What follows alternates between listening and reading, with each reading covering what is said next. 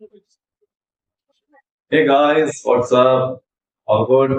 My name is Raf Nawaz and I welcome all to my YouTube channel Iqra coaching class. तो जैसे कि आप thumbnail देख के जान चुके हैं कि आज का वीडियो हमारा बहुत ही इंपॉर्टेंट टॉपिक है और टॉपिक नहीं एक अलग से चैप्टर दे रखा है। Class 10 maths trigonometry height and distance. Hindi में कहें तो हिंदी में कहते हैं ऊंचाई व दूरी। जैसे ये टावर है हमारा पास, मेरी ड्राइंग बहुत अच्छी है, जर्नल करूँ अभी टावर खड़ा कर दूँ तो ये कितने एंगल पे होना चाहिए जिससे इसकी बैलेंसिंग बनी रहेगी। ये कितने एंगल पे खड़ा होना चाहिए इससे बैलेंसिंग बनी रहेगी। इसकी जैसे अब कितनी ऊपर से वायर इसे लगाने चाहिए जिससे ये बीच में इस तरह से रहेगा। जैसे आपने देखा होगा कि छतों पे टावर लगे होते हैं, ये बहुत पतले पतले टावर लगे होते हैं, इस तरह के होते हैं। तो एक वायर यहाँ से इधर को जमीन से जोड़ा जाता है और एक वायर यहाँ जोड़ा जाता है ताकि दोनों खींच के रखें ऐसे। ऐसी ब्रिजेस में होता है, जो ब्रिज होते हैं वहां पर भी हम स्टील केबल का इस्तेमाल करते हैं। बहुत सारे ब्रिजेस में उसका इस्तेमाल किया गया है, जैसे वहां सिग्नेचर ब्रिज है दिल्ली में, तो वहां पर किया गया है। तो उसमें क्या होता है, ये इस तरह से यहाँ पे ऐसे ऐसे रुका रहेगा, ऐसे सीधा कर दिया। अब ये गिर ना जाए, ऐसे इधर उधर टिल्ट ना होने लगे, तो उसके लिए यहाँ पर इन्हें बड़े बड़े वायर से, मजबूत वायर से बांध दिया जाता है। अभी ऐसे रखा, एक वायर से इस तरह खींचेगा, एक वायर से इस तरह खींचेगा, ये बीच में रहेगा। कैसे? देखिए, जिस तरह ये मार्कर है, इस मार्कर पे दो फोर्स लग रहे हैं।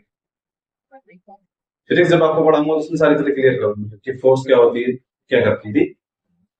ये इसमें दो फोर्स लग रही है, ये फिंगर इस तरफ फोर्स लगा रही है, ये फिंगर इस तरफ फोर्स लगा रही है, लेकिन बॉडी कहाँ है? बीच में। दो दो फोर्स होने के बाद भी बॉडी कहाँ है? बीच। क्योंकि दोनों फोर्सेस इक्वल और अपोजिट है और इनका लाइन ऑफ एक्शन क्या है? सेम। सबसे यहाँ पे जो मेन पॉइंट है वो लाइन ऑफ एक्शन का है। लाइन ऑफ एक्शन बहुत जरूरी है समझना, हम तो समझ। तो फिलहाल ये यहाँ पर इक्वल फोर्सेस हैं, अपोजिट डायरेक्शन में है, और लाइन ऑफ फोर्सेस कैसी है? इसकी सेम है, इसकी बॉडी स्टेबल है। इस तरह से ऐसे वर्क करता है। एक केबल ऐसे खींचेगा, एक केबल ऐसे खींचेगा और हमारा टावर कहाँ रहेगा? बीच में। कितने एंगल पे रखें, कितनी हाइट पे रखें, केबल की हाइट कितनी होनी चाहिए, वो सब कहां से पता लगता है? Height and distance. देखो, इसी की ब्रांच बहुत ही खूबसूरत ब्रांच होती है, इसे हम कहते हैं आर्किटेक्चर।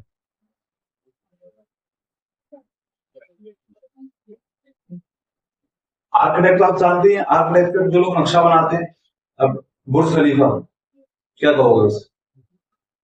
जिस तरह ताजमहल एक अजूबा है जो दोबारा नहीं बनाया जा सकता, वैसे अगर देखा जाए इंजीनियरिंग की जो वर्ल्ड है उसमें बुर्ज खलीफा कोई अजूबे से कम नहीं, वो भी एक वंडर है।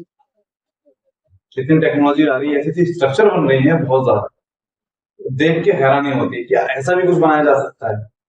वो आर्किटेक्चर में आता है, तो ये चीज में आती है ऊंचाई की। ये इसका बेस पॉइंट समझ लीजिए। अभी इसकी इनिशियलिटी है, यानी शुरुआत है, इसकी शुरुआत है।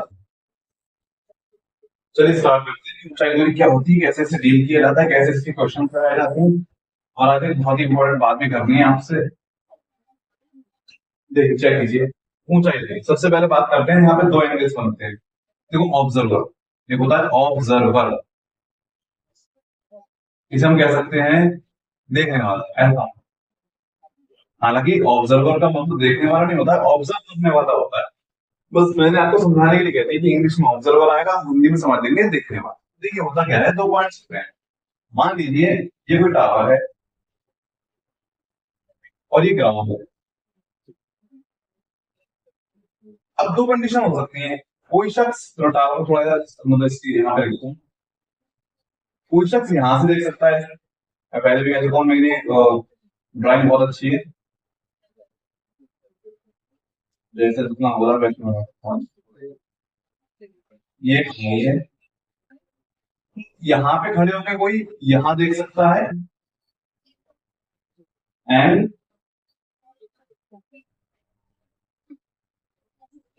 यहाँ नीचे से कोई ऊपर देख सकता है। ये दो कंडीशन ही मिलेगी हमें, या तो नीचे से ऊपर देखने की मिला करेगी या नीचे से और ये ऊपर से।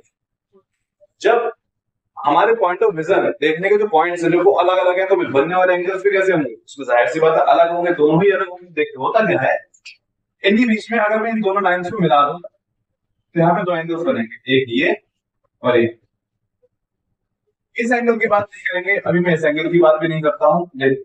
समझना क्या है, समझना ये है, ये ऑब्जर्वर 1 है और ये ऑब्जर्वर 2 है। ओके, तो जो ऑब्जर्वर 1 है ये जब देखेगा नीचे से ऊपर की तरफ, यानी कि इसे हम बोल सकते हैं फ्रॉम बॉटम, बॉटम छोड़ दो, इसे बोल दो डाउन टू अप। ये देख रहा है नीचे से ऊपर, नीचे से ऊपर देखने पे जो एंगल बनता है उसे कहते हैं angle of, very good, elevation. Hindi में कहते हैं उन्नयन कोण। अरे हमारी हिंदी भी खत्म हो गई, उन्नयन कोण।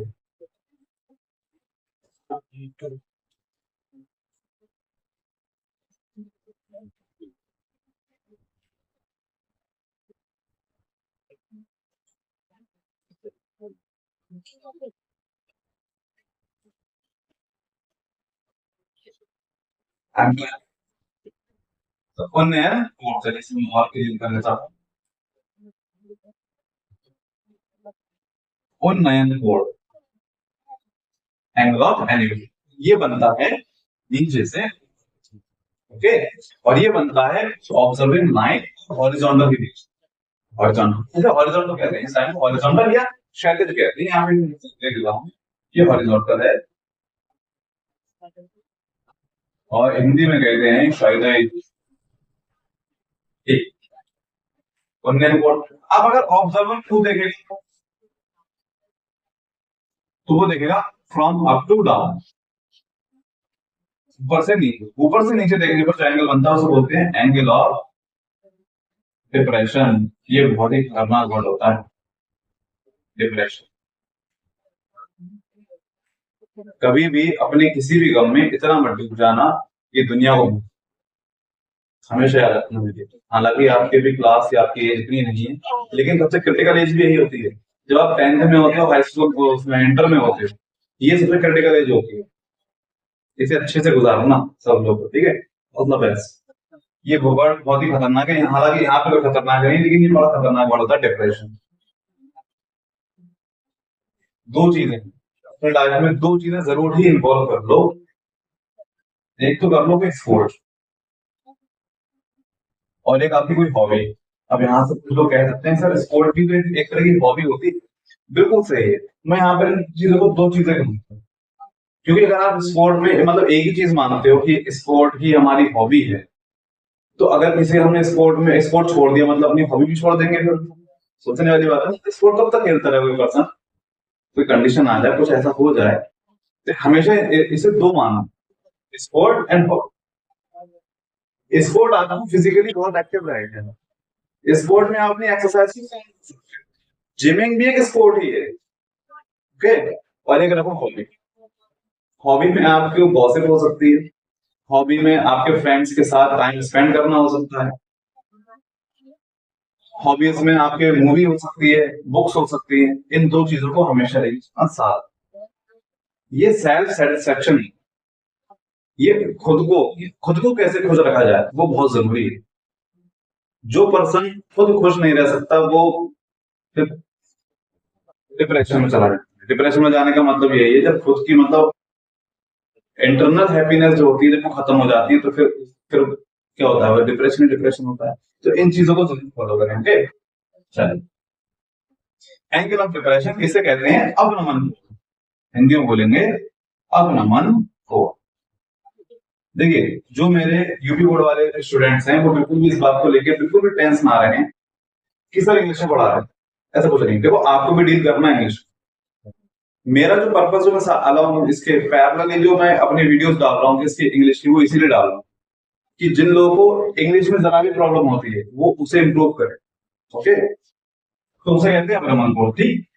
अब ये अवनमन कोण कैसे बनता है, देखो एंगल ऑफ एलिवेशन तो आप यहाँ समझ जाओगे, सीधा सीधा बना हुआ ये हॉरिजन के साथ, हॉरिजॉन्टल के साथ ये जो लाइन बनाती है एंगल, उसे कहते हैं एंगल ऑफ एलिवेशन। मैं इसे यहाँ लिखता हूँ अल्फा, इसे बोलते हैं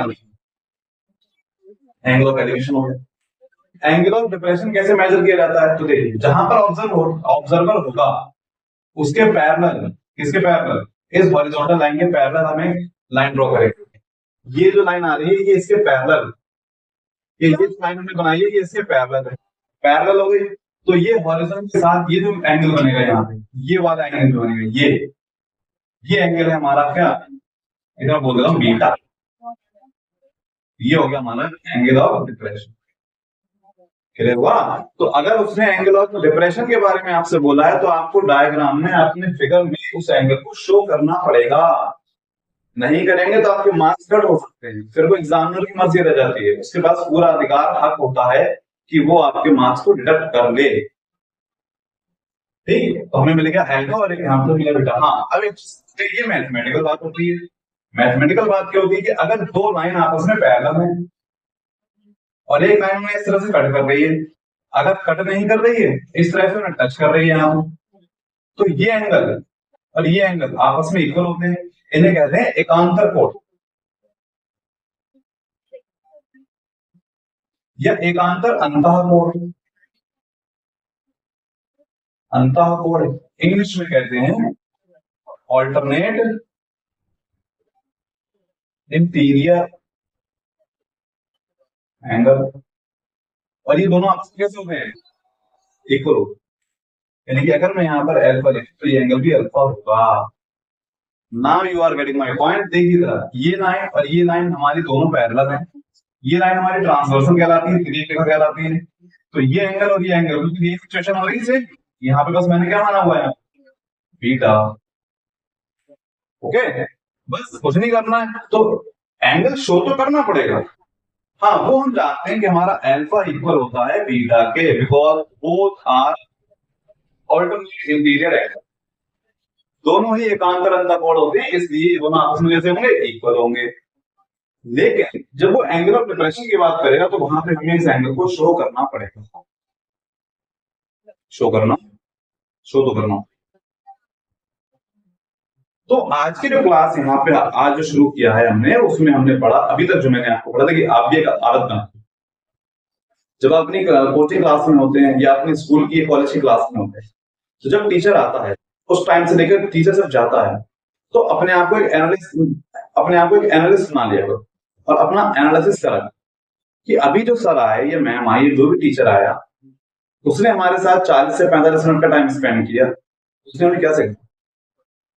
लड़ने को नहीं कह रहा, बस ये कह रहा हूं कि सोचा करो कि ये सभी सर आए थे, मैम आई थी, तो इन्होंने हमें क्या समझाया, क्या पढ़ाया, हमने कितना सीखा, कौन से ऐसे पॉइंट्स थे जो हमसे मिस हो गए, कौन सा ऐसा की पॉइंट इन्होंने बताया जो जानना बहुत जरूरी है। वो बच्चे जो आज की क्लास नहीं ले पाए उनका कितना नुकसान हुआ, हमने आज ये क्लास अटेंड की, हमारा कितना फायदा होगा इसमें, इस बात को एनालाइज किया गया। ये एनालिसिस बहुत जरूरी है,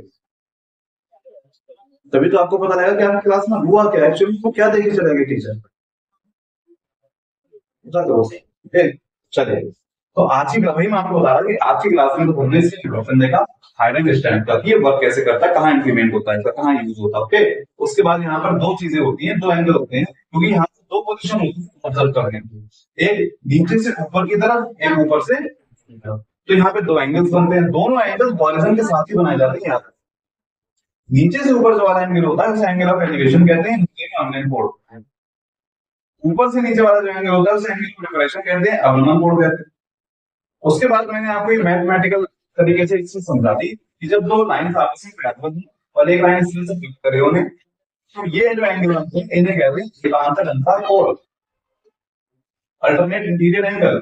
और ये दोनों आपस में इक्वल कब होते हैं, जब दोनों लाइन पैरेलल होती हैं। तो ये दोनों लाइन पैरेलल है आपस में, ये दोनों लाइन कौन से हैं, अल्टरनेट इंटीरियर एंगल्स हैं, तो आपस में कैसे होंगे। अब एक बच्चा यहाँ पे बात पूछ सकता है, पूछनी भी चाहिए कि सर जब ये एंगल आपस में इक्वल ही है तो ये वाला एंगल बनाने की जरूरत क्या है, जिस तरह से एंगल ऑफ एलिवेशन बनेगा उसी तरह से एंगल ऑफ डिप्रेशन बन जाएगा, वैल्यू तो सेम ही आएगी, वैल्यू तो सेम ही आएगी, बिल्कुल सेम आएगी। लेकिन जब डिप्रेशन की बात की है तो वो आपके एग्जामिनर ये चीज देखना चाहेगा कि आपको डिप्रेशन के बारे में, एंगल ऑफ डिप्रेशन के बारे में क्या, एग्जामिनर सिर्फ आपकी कॉपी चेक नहीं करता है, आपको चेक करता है। आपकी कॉपी आपके बारे में सारी बातें बताती है कि आप कितने शार्प हो, आपने इन क्वेश्चंस के ऊपर कितनी प्रैक्टिस की। एक टीचर वहां जो बैठा हुआ है एग्जामिनर, वो भी काबिल है, सब जानता है, आपकी कॉपी देख के आपकी पर्सनालिटी के बारे में सब बता सकता है। इसलिए यहाँ पर हमें ये चीज दिखानी, आपको अपने आप को स्मार्ट दिखाना होता है। वहां पे टीचर के लिए नजर में आपको अपना एक इंप्रेशन क्रिएट करना होता है। अगर वो टीचर किसी बच्चे से इम्प्रेस हो जाता है, वही बच्चे तो टॉप करते हैं। वरना 100 ऑफ क्लास की, अगर 100 ऑफ स्टूडेंट्स की क्लास, उसमें एक ही बच्चा टॉप करे, क्यों करे? टॉप 3 निकले, होते सबकी तरह ही एवरेज होते हैं, कोई एक्सीलेंट नहीं होता। एक्सीलेंसी आती है प्रैक्टिस से। या घर पे कितनी मेहनत कर जाते हैं, बस वही चीज हम लोगों को टॉप पे लेके चलिए। ओके, चलिए तो आज हमने इतना कवर किया, अब हम इसके क्वेश्चन कराएंगे। देखिए सबसे पहले जो हमने आपको बताया था, जो ट्रिग्नोमेट्री इनिशियल क्लास होती है, उसमें ये सीखते हैं कि अगर ये एक राइट एंगल ट्राइंगल है, तो यहाँ पर एक एंगल मिलता है, हमें इसे अल्फा बोलते हैं। तो हमारे पास क्या हो जाता है यहाँ पे साइन, कॉस, टेन, सेक, कॉस, कॉस और ये 6 रेशियोज मिलते हैं, इन्हीं का यूज करना है। सबसे ज्यादा यूज टाइम है, तो ये हमें पता होना चाहिए। इस एंगल के लिए ये लाइन परपेंडिकुलर हो जाती है, ये लाइन बेस हो जाती है, और ये हाइपोटेन्यूज होती है। अगर ये बातें आपको नहीं मालूम है, तो आप हमारे चैनल की जो ट्रिग्नोमेट्री फन वाली प्लेलिस्ट बनी हुई है, उसमें ट्रिग्नोमेट्री की सारी वीडियोस पड़ी हुई है, आप वहां से चेकआउट कर सकते हैं, और इसे समझ सकते हैं, सीख सकते हैं। ओके, चलिए वीडियो को आगे बढ़ाते हैं और कुछ क्वेश्चन लगाते हैं।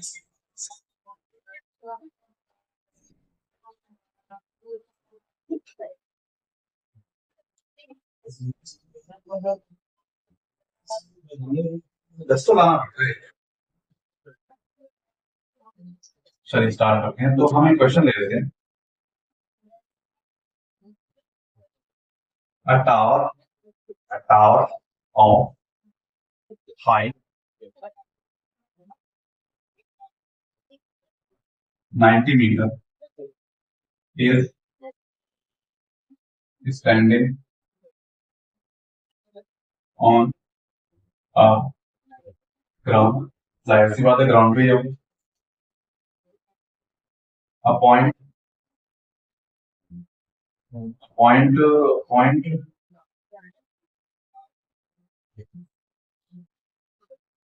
on the ground, makes an angle of elevation of 30 degree. A point on the ground makes an angle of elevation of 30 degree to the top of the tower. Find the distance of the point from the foot of the tower. इतनी बड़ी word problem, एक ऐसा बच्चा, एक ऐसा student, इसकी English translation थोड़ी सी नहीं है। अब इतनी बड़ी वर्ड प्रॉब्लम को कैसे सॉल्व करेगा? वो वर्ड प्रॉब्लम समझना बहुत जरूरी है, क्योंकि वर्ड प्रॉब्लम नहीं समझेंगे आप तो आप फिगर नहीं बना पाएंगे। जब तक फिगर नहीं बनेगी आप कैलकुलेशन नहीं कर पाएंगे, आपका आंसर नहीं आता। इस बात से मैं बहुत ज्यादा थोड़ा सा परेशान हो जाता हूँ जब मैं मैथ्स की बुक ओपन करता हूँ और उसमें इतनी लंबी लंबी वर्ड प्रॉब्लम, बिल्कुल रियलिस्टिक प्रॉब्लम बना के दी जाती है। ऐसा भी नहीं लगता कि जैसे कि उन्हें इस तरह डिजाइन किया गया हो उन वर्ड प्रॉब्लम्स को कि बच्चा बस पढ़े और उससे फिगर बन जाता। उसमें 2-4 एक्स्ट्रा सेंटेंसेस होते हैं जिनका उससे कोई मतलब नहीं होता, बस रियलिस्टिक बनाने के लिए कि हाँ वास्तविक में ऐसी चीजें होती हैं। सीढ़ी की बात करेंगे, एक मैकेनिक एक खंबे पे खड़े होकर बल्ब ठीक कर रहा है, उसने सीढ़ी लगाई हुई है, इस तरह की बातें होती है इसके अंदर, और होनी भी चाहिए, वरना स्किल्स इंप्रूव कैसे होगी। लेकिन एक बच्चा क्लास 10th का बच्चा है जो अभी बस इसी क्लास 10th में आके थोड़ा सा सीरियस हुआ है पढ़ाई के लिए, उसके पास 5 से लेकर 6 सब्जेक्ट होते हैं। आपको इतनी बड़ी इंग्लिश की बड़ी प्रॉब्लम हो कैसे समझेगा? हम कितनी भी इंग्लिश जान लें, हम कितनी भी इंग्लिश समझ लें, सीख लें, लेकिन जो फील हमें अपनी मदर टंग में, जिसे हम हिंदी कहते हैं, उसमें मिलता है, वो फील थोड़ी मिलता है। अब यही बात अगर हिंदी में लिखी हुई होती तो बच्चा फटाफट समझ लेता। अब अगर 100 स्टूडेंट्स हैं, 100 में से 90 इस बात को समझ लेते हैं, लेकिन अगर 10 नहीं समझ पाते हैं तो लॉस। तो मेरी उन बच्चों से, उन स्टूडेंट से बहुत ज्यादा एक रिक्वेस्ट है, आप, मैं नहीं कह रहा हूँ कि आप मुझसे इंग्लिश सीखिए, आप कहीं भी, लेकिन इंग्लिश पे काम कीजिए, क्योंकि ऐसी बड़ी प्रॉब्लम वाले हमारे 2 से 3 चैप्टर हैं पूरी मैथ में, जहां पे बड़ा प्रॉब्लम समझना बहुत जरूरी है, और ये समझ में अगर नहीं आया तो फिर नहीं होगा। लीनियर इक्वेशन वाला पूरा चैप्टर बड़ा प्रॉब्लम पे है, हाइट एंड डिस्टेंस वाला पूरा चैप्टर बड़ा प्रॉब्लम पे है, इसके बाद आएगा सरफेस और वॉल्यूम वाला पूरा बड़ा प्रॉब्लम, क्वेश्चन बहुत ही क्रिटिकल होती है, कैसे समझेंगे हम? तो अपने इंग्लिश पे आज से ही काम करना शुरू करते हैं। ओके, देखिए अब मैं आपको समझाता हूँ हिंदी क्या है। हालांकि काफी बच्चे स्टूडेंट समझ चुके होंगे, जरा चेक कर लो, जितना बड़ा ये क्वेश्चन है ना, इससे आगे में इसका सोल्यूशन आ जाएगा। देखिए, tower of height 90 metre, of height 90 standing on the ground, यहां तक पड़ा। एक टावर है, स्टैंडिंग मतलब खड़ा हुआ, कहां खड़ा हुआ? ग्राउंड। ऑन हाइट, कितनी हाइट है उसकी? 90 मीटर। तो एक काम करेंगे, ग्राउंड लाइन खींचेंगे और एक टावर उठाएंगे, इसकी हाइट कितनी हो जाएगी? 90। A point on the ground, एक पॉइंट है ग्राउंड पे, makes an angle of elevation of 30 degree. तो इस ग्राउंड पे कहीं एक पॉइंट है, तो हम मोस्टली क्या करते हैं, पॉइंट आप यहाँ भी ले सकते हैं। अगर हम पॉइंट यहाँ लेंगे ये डिस्टेंस कोई मतलब नहीं बचेगा। ओके, तो जितनी भी हम लेते हैं उसके लास्ट में पॉइंट को अज्यूम कर लेते हैं कि ग्राउंड पे एक पॉइंट है, ये ग्राउंड है तो इससे पॉइंट मिल गया, जो एंगल ऑफ एलिवेशन बनाता है 30 डिग्री। अब एंगल ऑफ एलिवेशन अभी हमने सीखा है कहां बनता है, नीचे से ऊपर की तरफ बनता है, और किसके साथ बनाता है? Top of the tower. तो ये टावर का टॉप हो गया, और किससे यहां से लाइन में यहाँ मिला दो, तो ये एंगल जो आएगा ये 50 डिग्री बना रहा है, ये एंगल ऑफ एलिवेशन। आपकी फिगर तैयार। फाइंड द डिस्टेंस, डिस्टेंस होती है दो पॉइंट्स के बीच की, तो डिस्टेंस फाइंड करनी है कहां से कहां तक, ऑफ द पॉइंट, जिस पॉइंट की बात, वहां से कहां से, from the foot of the tower, tower के फुट से, ये टावर का फुट हो गया और ये पॉइंट हो गया, ये डिस्टेंस हमें देना, इसे हम x मान लेते हैं और इसे क्वेश्चन मार्क लगा देते हैं। प्लीज आपकी फिगर तैयार हो।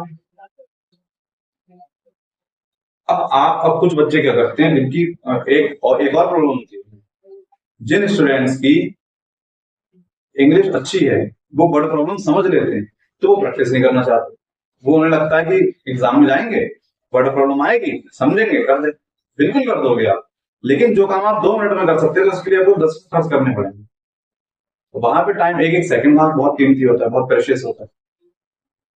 इन चीजों को इतनी आसानी से एकदम पढ़ के कैसे समझ लेते, इसके लिए प्रैक्टिस चाहिए होती है और कुछ नहीं चाहिए। जब आप फर्स्ट डे लेके बैठेंगे इसे तो आपको लगेगा यार बहुत टफ, नहीं 15 मिनट लग गए एक क्वेश्चन करने, कोई बात नहीं, 15 लगे वो मैक्सिमम टाइम था। जब भी आप कुछ ऐसा सॉल्यूशन लेके बैठते हैं, आप सॉल्व करने की कोशिश करते हैं, ट्राई करते हैं, तो जो आपको इतना टाइम लगता है वो उसका मैक्सिमम टाइम होता है। आप कंटिन्यूसली इस चीज को रिदम में लेके आएंगे, 15 15 15 15, उसके बाद एक टाइम आएगा 15 टाइम होने लगेगा, रिड्यूस, कभी भी 15 से ऊपर नहीं जाएगा। ओके, चलिए बस क्वेश्चन में यहाँ पे मार्किंग कर लेते हैं, ए बी सी, इतना सब जानते हैं कि टावर हमेशा 90 डिग्री पे होगा, जब भी कोई भी इमारत होती है, कुछ भी होती है, हमेशा कितना बनाते हैं? 90 डिग्री, क्योंकि 90 डिग्री एक ऐसा एंगल है जहां पर सबसे ज्यादा स्टेबिलिटी होती है। अगर 90 से इधर होगा या 90 से इधर होगा तो उसके गिरने के चांस बढ़ जाते हैं, 90 डिग्री पे बिल्कुल स्टेबल रहता है, इसलिए 90 डिग्री पे मानते हैं। जो चीजें हमें गिवन होती हैं उसे लिख लेते हैं, जैसे ए बी 90 में, एंगल मत मान एक्स यानी बीसी, जिसे हमने एक्स माना हुआ है, इसे फाइंड करते हैं, तो कौन सा ट्रायंगल ले लेंगे? इन ट्रायंगल ए बी, इस ट्रायंगल की बात करें तो इस ट्रायंगल में क्या मिलेगा, मुझे चेक कीजिए। देखिए हमें चाहिए इस एंगल, ये एक तो ये एंगल चाहिए, इस एंगल के लिए ये बेस बनेगा, ये परपेंडिकुलर बनेगा, तो परपेंडिकुलर और बेस हमें मिलता है 10, तो tan 30 degree is equal to A B upon B, perpendicular upon tan 30 1 upon root 3 is equal to A B 90, BC को हमने x सपोज किया हुआ है, क्रॉस मल्टीप्लाई हो जाएगा, x into 1 is equal to 90 into root 3 x बन जाएगा 90 और तीसरी की वैल्यू अगर दे रखी हो तो आप ये लगा सकते हैं, इसमें मल्टीप्लाई कर लो, जीरो पहले ले लीजिए, 9 3 27 का 7 कैरी कितना आएगा 2, 9 7 63 और 2 65 का 5 कैरी कितना आएगा 6, 9 में 9 और 6 15 पॉइंट 2 क्या बन जाएगा 690। वो जो पॉइंट है जहां से एंगल ऑफ एलिवेशन 30 डिग्री बना हुआ है वो उस टावर खुद से कितनी दूर होगा, कितनी दूर होगा। अच्छा मैंने यूनिट मीटर क्यों लिए, क्योंकि हमें यहाँ पे क्या दे रखा है, मीटर दे रखा है। यहाँ पे इसी पॉइंट, अब देखिए मेरी बात समझिए, यहाँ पे जिस पॉइंट पे 30 डिग्री बना हुआ है उसका डिस्टेंस ये है, अगर आप इस डिस्टेंस को आगे पीछे करते हो तो ये एंगल डिस्टर्ब हो जाएगा, यानी सिर्फ सिर्फ और सिर्फ इसी पर्टिकुलर डिस्टेंस के ऊपर ये एंगल हमें 30 मिला। ओके तो आज की वीडियो को यहीं रोकते हैं और अब जो हमारी सीरीज है हाइट एंड डिस्टेंस की उसी को कंटिन्यू करेंगे। इसी के कुछ अच्छे क्वेश्चंस लेके मैं बहुत जल्द आपके सामने दोबारा आऊंगा, फिर पढ़ाई करते रहिए। All the best.